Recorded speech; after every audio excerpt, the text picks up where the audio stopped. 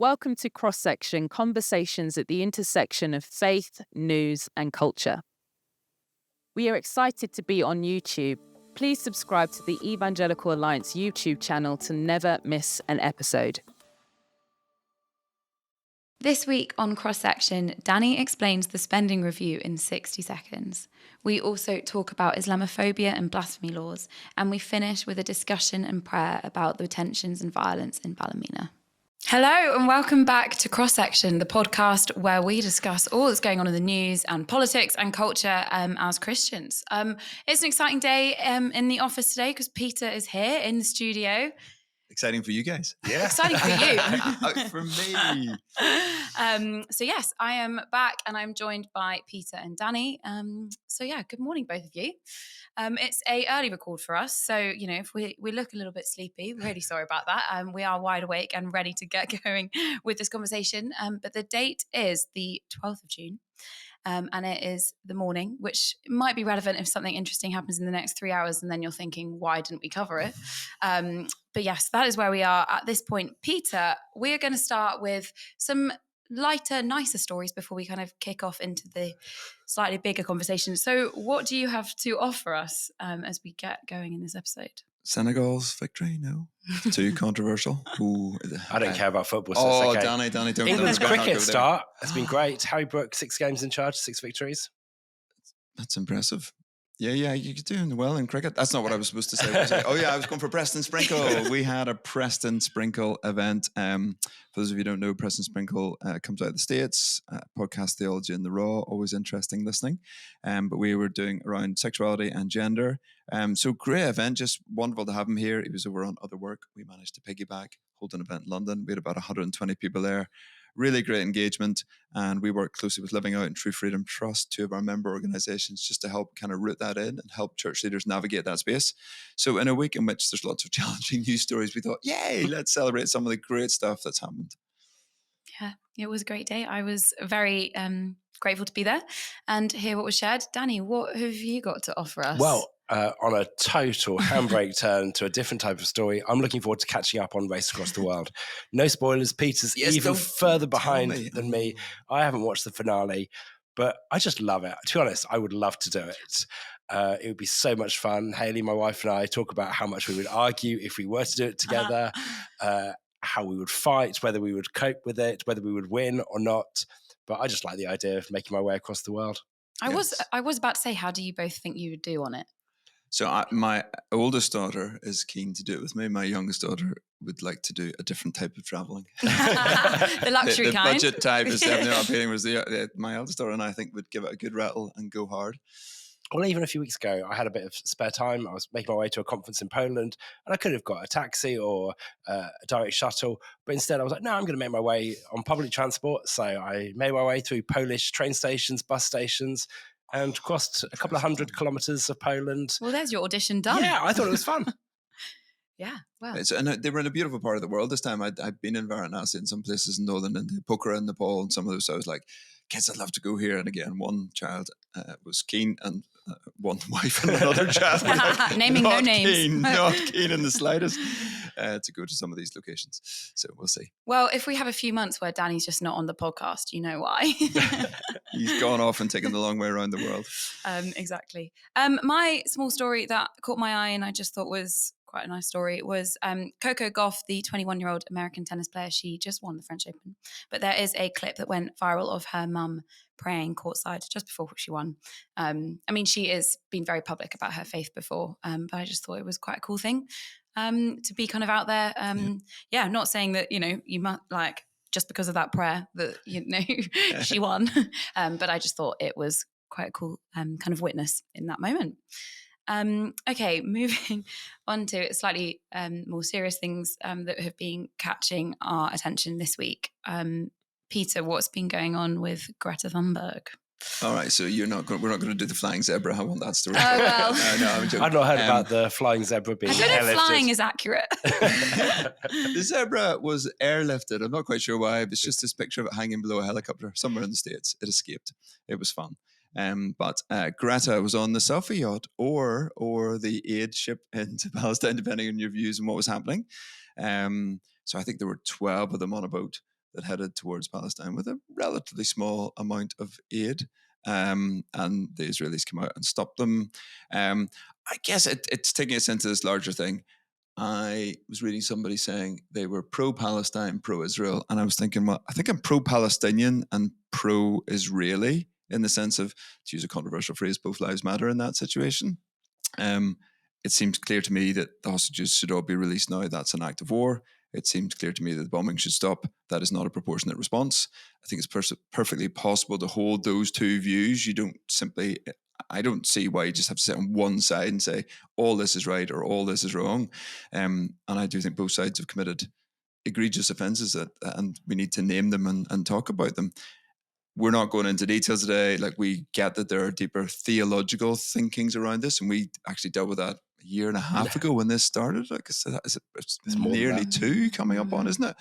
So pretty much a week afterwards, we went into some of the kind of theological thinking. So it's not that we haven't talked about this. It is a difficult situation. I come from a place that also has a long-standing, difficult situation with some religious undertones, to put it mildly.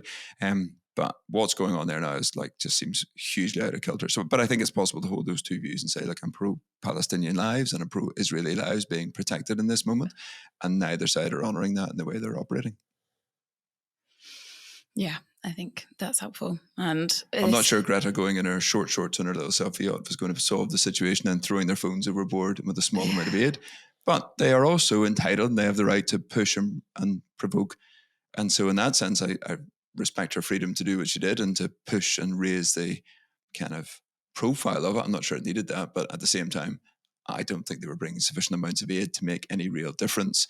I think there's a more substantive conversation to be had beneath that. But it's a tough conversation, and we've said it. And I was in a room yesterday where we were acknowledging that if you want to split a religious room, a Christian room, air a stronger view on either side of that conversation. It's a very divisive issue as well in churches and in most rooms. Yeah. Strong held views. So we might come back to it. Yeah, we might, but it is definitely a difficult one to navigate. But yeah, thank you for that small kind of relatively brief, just discussion of it and helping us think about it. The other thing that happened this week was the spending review. Danny is obsessed with this kind of discussing this kind of thing, right? Yeah. Yeah, well, it's big, major political news. Others are not quite so excited about me talking about it. No, we're excited about you talking about it. It's a big story. We can't deny it. It's like hundreds of billions of pounds of spending, so we can't not talk about it. But you're going to give me 60 seconds. Well, we are going to limit you. Yeah. So we thought we'd turn it into a challenge, see what Danny knows, see what he can tell us in 60 seconds, ideally with no repeat or hesitation. I realise you might need to say some words multiple times if they are relevant. Millions, billions. Well, bounds, I don't know. Rachel Reeves. Okay, so Peter, I've got the clock. Yeah, so no repetition, hesitation or deviations. Not likely to deviate with only 1 minute on this. And 3, 2, 1, go. Rachel Reeves announced the spending review, which included spending increases for the NHS at 3% year on year. They were the major winner. Defence spending is increasing to 2.5% by 2027. Schools budget went up, but only by 0.4%. And all of that money will get spent on school improvements and previously committed endeavours. Ed Miliband was a big winner with his nuclear power. Money's going towards that. Other DEFRA, environment, agriculture spending has not done so well. The Home Office was the final department to settle with Rachel Reeves. They went right down to the wire.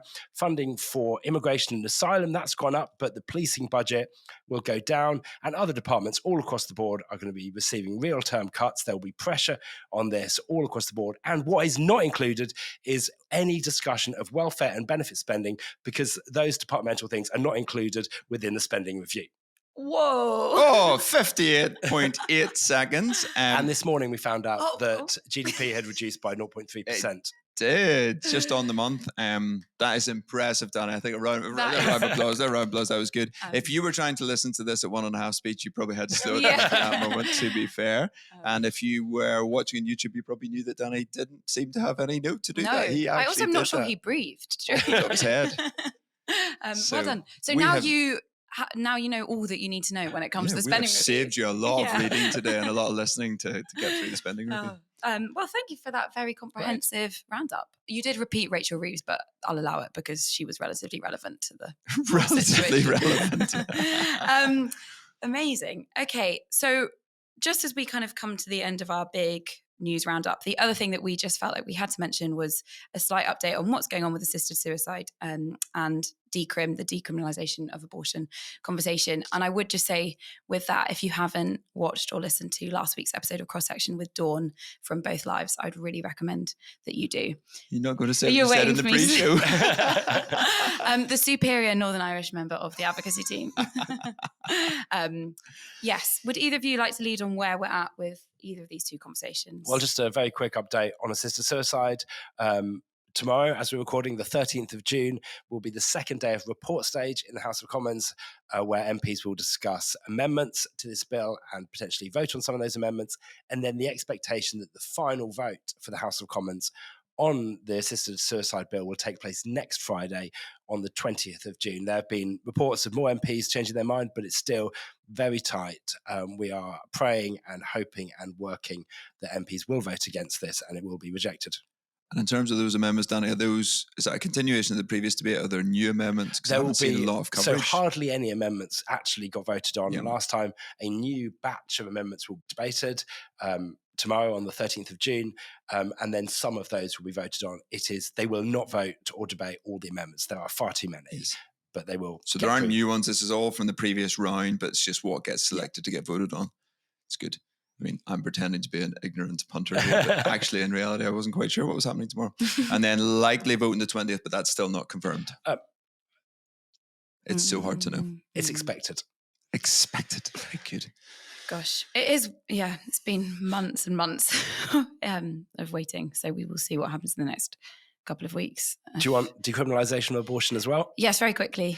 So the Police and Crime Bill is in the House of Commons next week on the 17th and 18th of June. And one of the amendments put down by Labour MP Stella Creasy is to decriminalise abortion. That will remove abortion from the criminal law by amending the 1861 Act. And as we talked about last week, that will basically remove the Abortion Act from the statute books. And then there will be some regulations proposed in the future about how that is then handled. But it's received quite a lot of controversy, quite a lot of opposition. And again, we're working and praying and hoping that MPs won't support that. But that will happen on, I think, Wednesday or Thursday next week. And again, just for context, this puts us, if you haven't listened to last week's episode, on a complete outlier. We would be almost the most liberal abortion laws. We already have. I don't think people realise that 12 weeks is the standard across most of Europe. We at 24 weeks are already on an outlier. Then to decriminalise beyond that, one of the other MPs proposing this bill was talking about feeling comfortable at 35, 36, 37 weeks, that all of that should be decriminalised. Very clear that there would just be no legal backstop. And some people don't like the line, but like a hawk's egg literally has more protection in the UK than an unborn child. It is shocking. And we're talking about both ends now. The decrim and the assisted suicide. I've often said the assisted suicide is the most consequential change being proposed in our lifetime. But it's because the previous change was outside of my lifetime. That is the other. And massive implications on our undermining of human dignity, the value put on human life. And this is both cause and effect. It's a society that doesn't have a value, I think, and a place and an understanding of human life, and that will continue to lead to an ongoing diminishment. And it is bizarre to me, people are really passionate about certain other causes and lives in other places and are just ignoring this. And again, we should be able to hold those two things together. And I do think we just got to wrestle with just how fundamental this kind of change is and what is being undermined in this moment. And if you don't have an understanding of human dignity from which to build from, it is incredibly difficult to articulate any other form of rights and to build off this. So that's why I get somewhat passionate and excited. But the superior voice is still Dawn. She's brilliant on this subject. So go listen back to last week. But then come back to this episode as well. Don't then not listen to this one. But yeah, this is two huge conversations. And really at this point, we just need to be giving it to the Lord in prayer. So that's all we can ask you to really just keep praying about it and keep talking about it and bringing it to him. Right. Well, thank you both for that sort of helpful roundup. Our next conversation is probably going to be the biggest conversation of the episode. And we are going to have a big conversation around Islamophobia, and the freedom of speech. The reason we're going to talk about this, well, one, and I'll ask Danny in a second about this, there is a conversation at the moment in Parliament about this. I mean, it's been ongoing for years, but just to kind of explain where we're at with that. But over the last week, Hamit Koskan, I think, is that how you say his name? I think so. Was found guilty of a religiously aggravated public order offence. In February, he set fire to the Qur'an outside, I think, the Turkish embassy. It was, yeah. Yeah. And that has, just sparked lots of discussion. Meanwhile, last week, Tommy Robinson was banned from Hawksmoor, a restaurant in Piccadilly Circus, I think. Is that? He was asked to leave. Asked to leave. Sure. Banned as, Yes. He was asked to leave because... For making other customers feel uncomfortable. So all these conversations have been going on at once. So we thought we would bring them all here and talk about them. So who wants to kick us off? What are our initial reactions to the conversation that's going on in the media right now? So I think it's fascinating because the question is, are we bringing back blasphemy laws? So blasphemy laws were abolished in England and Wales in 2008, in Scotland in 2021. Guess what? They still exist in one part of the United Kingdom called Northern Ireland. Ours date back to the 19th century. Anyway, so that we still have them, strangely. And so initially, Hamit Koskan was charged with harassing the religious institution of Islam. And that was put in quotes because that's quite... So that was the offence. Now, the CPS, the Crown Prosecution Service, changed the charge. And as Danny will no doubt come into, so there is protection, a specific piece of protection under legislation to be able to criticise religion. What was interesting about this, he was done under the public order offences. And essentially there the test is, was there disorder? And the judge said, well, plainly there was because somebody attacked them. So let's step it back and say what happened. Hamit Koskan is originally from Turkey. He's an atheist now. He was really protesting in part against the Turkish government and its, I suppose, the Islamification of that. So he went to the Turkish embassy, had a copy of the Quran, burned the copy of the Quran. I was watching the video footage of that. He is not happy about them and the Quran and speaks provocatively, using strong language, if we put it that way. So somebody runs in and gets a knife and comes back out to start attacking him. And that's where the disorder comes about. And actually another, Just Eat Uber driver stops and gets off his bike to kick him too. And they both are not happy because he's clearly burning a copy of the Quran. It's not something I want to see happening, as in I'm not saying that's a good thing that he did it.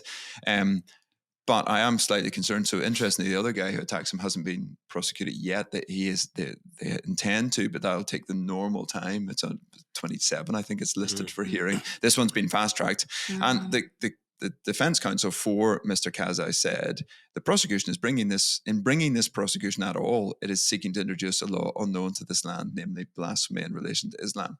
And their claim was that by doing this, and the test then was, is there disorder? The fact that the guy attacks him for doing this leads to the disorder. So basically you're saying to people, if somebody does something you don't like and you respond, that will give rise to the disorder. That seems problematic in the ruling. And have we essentially got a kind of heckler's veto here? I mean, even the National Secular Society are in on this one, and I have to say I agree with them on this. That basically means if the heckler comes and creates the disorder, you've met the threshold for the case. And then the question is, was the religious motivation? And he said he didn't like, and in fact hated, Muslim beliefs, he would say. Bit of a language barrier here, so he doesn't speak English, working through a translator. Was he anti-Muslim or was he anti-Muslim beliefs? I would say seems to me appropriate to dislike and even hate some of the beliefs behind that, and to be able to very publicly declare that. And we've seen other cases in Speaker's Corner around this. We've seen some incidents around this. So we're in consultation at the moment with the government around what is a good definition of Islamophobia. They have that out and live right now. And one of our concerns is you've got to be able to critique this religion, any religion, and people have got to be able to critique Christianity. I don't want a blasphemy law. In the end, I don't think it's ultimately helpful. The blasphemy laws were designed to say to Christians, you're not to undermine your own God. That's what the Ten Commandments and from where we base that. Wider culture will do what wider culture does. And I'm not looking for a privileged position. But likewise, I want the freedom to critique another religion. Sorry, I've waffled on that. So the really strange thing, as Peter said, is the way that this was done under a public order offence, that something that wasn't and isn't criminal becomes criminal because of the reaction to it. Gosh, and that's just a perverse way that public order law works. The reason it wasn't criminal was because the 2006 Racial and Religious Hatred Act sets a high bar for religious hatred. It's a really high bar. So racial hatred, it can be insulting, abusive, and if it is likely or intended to cause that, it can be prosecuted. Whereas for religious hatred, it needs to be intended and it needs to be threatening or threatening violence, and it needs to be threatening speech. So it's a really high bar. And that was a significant victory. The Evangelical Alliance was very involved. We were in partnership with the National Secular Society in 2006 when that law came in. It was the House of Lords that introduced that amendment. They overturned the House of Commons and the government's plans for that. And that was a significant victory because it set the bar really high for religious hatred. And now it's this, that the Public Order Act and other ideas are being used to undermine that and to lower the threshold to reintroduce particularly criticism of Islam and offensive speech. Just on the particular Islamophobia issue, this is something the government had said before the election they would introduce this. Well, the debate dates back several decades, but in 2019 there was a significant report that sought to define Islamophobia and sought to talk about the problem and how a clear definition should be adopted.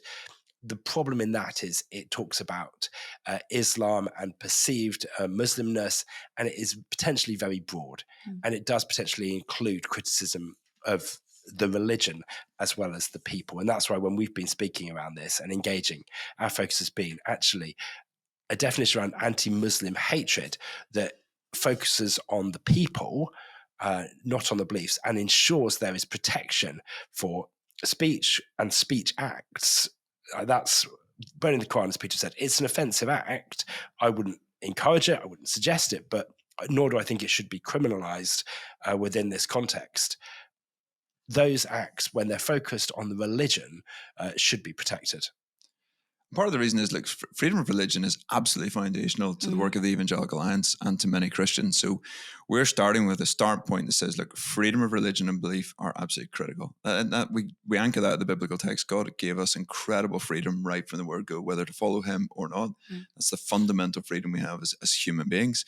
And so for us, we say, like, dignity, justice, and freedom are the three big areas we work in. And the reason that freedom is there is because freedom of religion is so critical. Freedom to worship in the way that we want, to follow God in the way they want, and freedom to follow God. That's not obligatory. We don't want a national religion in that sense. And from that, our view, our understanding is that freedom of speech, freedom of association, freedom of thought, all those other things flow out of that fundamental freedom. It's why we worked way back before my time and maybe in Dan's time with the National Secular Society and others to have that really high bar. So Hamid Coskin would not have been prosecuted in our understanding under that legislation, and we think that's quite right. But I think it's probably important for people to understand why we so lean to the freedom end of the spectrum in many of these things, including, and that means I have to live with, and we have to live with, critique, ridicule, mocking of Christianity. And I'm okay with that in the sense that I understand that that's what this broader freedom leads to. I don't like it. I think it's potentially offensive to me. That said, because I believe God is real, the creator of the universe, my God, the God of the universe, is more than able to cope with that. If you want to go down that path, that's on you. You take that risk. He doesn't need me to defend him. No, I'm going to say, look, respectfully, that's not a wise thing to do. How do we talk about living in a society where we engage in that? But the fundamental freedom to do that. And then that also is the freedom that I want to say, ultimately, I do believe the Islamic faith is wrong. It's not something I want to kind of run up and immediately say that, but fundamentally, it's core because Jesus is the only way. So we make an exclusive claim, and the consequence of that is to say that other claims are wrong. Now, there's different ways I want to engage in that. We need to be prepared to give an answer, as we're told in 1 Peter. We want to engage people. I want, like Paul and Mars Hill, to persuade, to engage and say, I see what you're doing. Your desire to worship is good. It's orientated in the wrong way. Can I introduce you to Jesus? Can I talk about who that is? We want to change, but we have to have the freedom to do that. And freedom to convert is another really important aspect to this, because in some Islamic cultures, that freedom isn't there. It's absolutely critical to us. You have that freedom to follow who you want, to change religion, to speak about that religion, and to engage in the public square. And so we will find ourselves, I'm not personally a fan of the anti-Semitism definition. Some of this, because I don't likewise want an Islamophobia definition. I don't really want an anti-Christian definition. I don't want any of them. I want a broad religious protection for everybody rather than specific definitions for every single religion. I think that way lies madness. You get this kind of hierarchy of rights building like we've had in so many other spaces. The real problem of whose rights trump whose rights. No, rights and responsibilities flow out of what it is to be made in the image of God, our dignity. I got preaching here, but no. So that's why we get excited about these issues and get engaged in them. And it likewise, I'll pivot slightly, says, I will advocate for a certain amount of free speech for someone like Tommy Robinson. I was just about to say. Should he have been kicked out of the restaurant? So, you want to come in. In Northern Ireland, I don't think he could have been kicked out of the restaurant because the Ashers case, that some might recall, the gay cake case as it was known, Northern Ireland has an extra clause. So you've got the protected characteristics. You couldn't kick somebody out based on their religion. You couldn't kick somebody out based on their sexuality. You couldn't kick somebody out based on their race. Nor presumably their marital status. Anyway, let's not go down there. You couldn't, on those protected characteristics, you can't, if you discriminated as the restaurant on that ground, that would be clear breach of discrimination law. We added a political clause in Northern Ireland because what we didn't, although our conflict is semi-religious, it really is more political. So you couldn't kick out somebody for being a unionist or a nationalist in our context. That I don't think applies here in the same way. Now, just to be clear, the restaurant said they didn't kick him out because of the political views, but because they were making other customers feel uncomfortable. But it's hard to understand what the basis for that was. I think it's more the opposite way around. If you are not discriminating on the basis of a protected characteristic, as a business owner, you can choose who you serve. Or you can choose what you publish, you can choose all sorts of things. A magazine doesn't have to publish an author if they don't want to. But if they were rejecting an author on the basis of a protected characteristic, that then is a problem. There are exemptions. That's why religious exemptions and other exemptions are important. This brings us back to questions around sexuality and gender. There are protections where it is considered legitimate to discriminate. But in general, if it's not on the basis of a protected characteristic, you can choose who you serve. And that was why they could do that. And they could ask a customer leave. It's why any business can ask a customer to leave. It's at the discretion of the owners. Whether it is good and healthy for free speech in our democracy, I would have similar concerns. I think someone being uncomfortable isn't really a very good test of whether someone else should be allowed in. Well, and staff feeling uncomfortable gets edgy because then you're like, well, what's making them feel uncomfortable? Because if I say I'm uncomfortable serving somebody and don't say anything beyond that, but they're clearly from a different sexuality or race or religion, like just because I haven't expressed the reason for my discomfort, this is where we get into very difficult territory. Don't you? So you either go all one way, which is my house, my rules, anybody can discriminate against anybody, and that way I don't think is healthy, or we have to then have much more engagement on this. But I think this flew close to the wire. They did leave because they said, I mean, Tommy Robinson and his friends said they actually adhere to the kind of my house, my rules. So they're saying they had the right to do it, but they're going to make a big fuss and point out that they're doing it. And then whether that works for the restaurant is a question for them. Maybe they'll get as much business from one side as the other. But again, what you've seen is a kind of breaking down into smaller and smaller units. And I don't think that's healthy for somebody who's claiming to be tolerant and not liking, I think, this is not what they've said, so I'll say, but it feels like what they're saying is Tommy Robinson's intolerant, so we don't want to serve him. Let's not serve him. But it's the classic tolerance. Well, and it also comes down to a really tricky balance in terms of autonomy of association. So group rights. Do you have the right as a group to set your own rules? Now, we think there are cases, particularly for religious institutions, for churches, where that's really important. But we also think there are places where actually there are limits to that and where we should seek to engage and serve the whole of community. And it's getting that balance right. So a church, when they're employing a pastor, I think it's realistic that they have rights and autonomy in the restrictions they put on that employment, and the law permits them to do that so that it's someone who shares the belief of the church. But in terms of then who can come into the church, well, actually, no, if the church started putting rules on who can attend a service, that wouldn't be a legitimate kind of working out of their rights. Dan, I feel you've set me up to talk about our ethos statement. Go for it. You have what's often called a genuine occupational requirement. You can put on a post to have a Christian in that post. And then by Christian, you can to some extent define what you mean by a Christian within that. And so we have an ethos statement at the Evangelical Alliance. It's publicly available. And we do say to others, you should consider using it, because we're having to say now, by Christian, we mean you regularly go to church, you regularly engage in the Bible, you pray, you talk to people about Jesus, and you understand marriage between a man and a woman. You understand this, what it means to be male and female. You're passionate about justice, and we care for God's good creation. So we actually have 10 statements on one page that we ask staff to adhere to. We use that in an annual review process to check, confirm that they're still on board with us.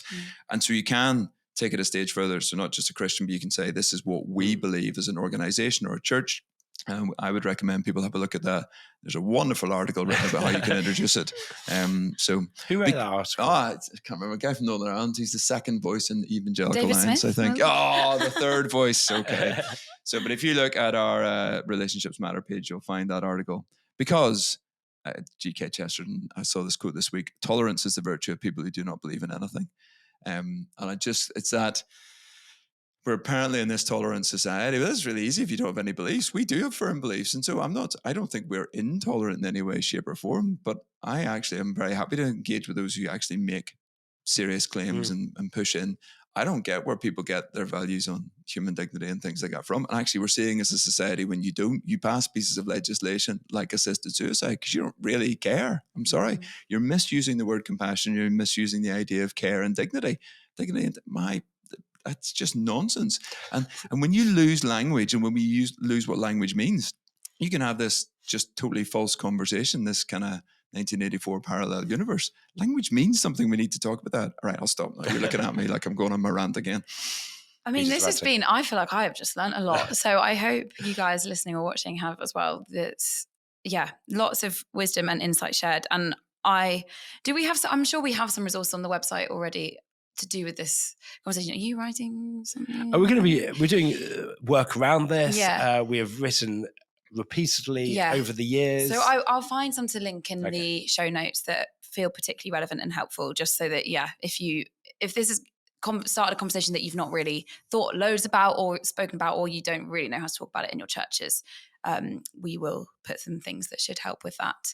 But yes, I would also just say, please do get in touch with us, check out our social media, you can find both Peter and Danny on social media if you want to find out more of things. Peter does lots of cool videos with whiteboards and information. So we'd recommend that. We also love hearing from you. We love your feedback. So please do get in touch with us at cross.section@eauk.org. But we are going to move on to our final conversation, which is something that, we felt like we couldn't not speak about. And I'm sure all of you have seen what's been going on in Ballymena this week in the news. There have been 3 nights of rioting, and that was all sparked by 2 14-year-old boys who sexually assaulted a teenage girl. Was that on? Or alleged to have sexually assaulted a teenage girl. Sexually assaulted a teenage girl, and have appeared in court. And that has just sparked huge rioting and violence. Peter, obviously you're in London right now, but what's kind of the conversation like at home? Yeah, and so the way it's been described is probably the one extra piece is the 2 14-year-old boys spoke through a Romanian translator. So now there's more information on the ground, but it's probably not appropriate to reveal at this time. They understand, but certainly I've spoken to somebody who their kid knew the victim, and so it is volatile on the ground. There was a sense in which this had been building. There were potentially 1 or 2 other incidents beforehand that a step below, because serious sexual assault has been reported, and it has been reported as an alleged rape. So it's at that level, and that's been reported by other news agencies. So I feel comfortable saying that. And it's of another girl of a similar age, for a 14-year-old girl. So I think that's been bubbling. It feels like this is a kind of release valve. I don't mean that that's a good thing, but it's a building of tension, and then it has absolutely spilled over, and it's been really frustrating. We'd actually been talking with church leaders just recently in Ballymena, in this area. They've been doing prayer walk of the city for quite some time, seeing a really significant change in drug culture in the city, working with the police on that, and then that we've got this challenge going on. So I think, listen, it's obviously spilled over into something that's really bad. Like, we've got disorder, we've got chaos, we've got people attacking police, fire, and then houses of where the many within the migrant community are. Then they'd be moved. Then when a politician say they were moved to this leisure centre, and then they went and attacked that leisure centre, even though they were no longer there. But it just seemed highly irresponsible way of engaging on this topic. So there's absolutely a racial element to this that's deeply problematic. There's an understandable, I think, reaction to the sexual violence and going, this is problematic. But you cannot, we can't have vigilante justice. And the court system has only just begun. They have charged them. You have to let that system run its course. I can understand there's a level of frustration and angst. I can understand that people don't feel safe, but this is not the way to respond to it, because it's less safe for everybody. But I think, realistic, I'll say, I think Northern Ireland is probably a few years behind. So a significantly larger number of migrants have come into Northern Ireland in the last year or two. So it's a much less diverse society overall. And we're probably experiencing some of the challenges that England and Wales and Scotland have experienced a few years before. And then it takes an incident like this, it brings it absolutely to the fore, and then people react. So we've been just working on the ground with some church leaders. The team put out a prayer, and we'll close on that in a minute. But maybe if you guys want to come, but it's a very sad and difficult and very tense situation. I think I would just comment on the broader challenge that some of these situations expose, that things are bubbling on the surface, under the surface, that clearly a very wrong situation occurs, and it sparks these situations into life. It's what we've seen in other situations. We saw it with the Southport riots previously. We've seen it in other cases where there is significant community tension and unease, and actually it doesn't take very much for it to burst into a very violent confrontation and situation. And I think it prompts us to think, actually, how can we work not only when these situations make the headline news, but actually how can we engage so that we are seeking to serve communities and to help them and to address some of these tensions before it blows up into this kind of violence. Yeah. Look, I think we're going to close just praying into Ballymena. And I say, I'm going to check myself there. I say just praying. There is a powerful prayer movement going on in that town, and has been, and there will continue to be. So we know a lot of the leaders in that space. And we pray because actually this has the power to change the situation. There's a volatility, there is a level of angst, and there needs to be people operating on the ground, and there are leaders in that space. But we do need to pray peace and prosperity on that, on the town, city of Ballymena. So, Father, we pray for Ballymena at this time. Our hearts break over sexual assault and violence against women and girls, and our hearts break over rioting and racism and intimidation and destruction. We pray for all who feel unsafe. Draw near to the fearful and protect the vulnerable. Where righteous anger and peaceful protest have given way to unjustifiable actions, we pray for wisdom for the police, for the local civic leaders in restoring calm. In the immediate moments, bring order in the midst of high emotions and unrest. Where there is hatred, pour your love. In the days ahead, please help space to be found to air and address concerns in respectful and peaceful ways. Grant grace to the local church in the difficult task of speaking truth, showing mercy, building peace, and providing pastoral care to all of those affected. And we say, come, Holy Spirit. Amen. Yeah, thank you. And that prayer is on our social media and website, I'm sure, so please do check it out. But yes, keep praying for Ballymena, for the families that are particularly affected, for the conversation around assisted suicide and decrim. Those things are big, but God is bigger, so keep bringing them to him. And yes, thank you so much for watching. Thank you both for sharing, and we will be back next week. Goodbye. Hi, Alicia here. Thank you for checking out this episode. If you like it, please make sure to subscribe or share with a friend and leave a review. Till the next episode, take care and God bless.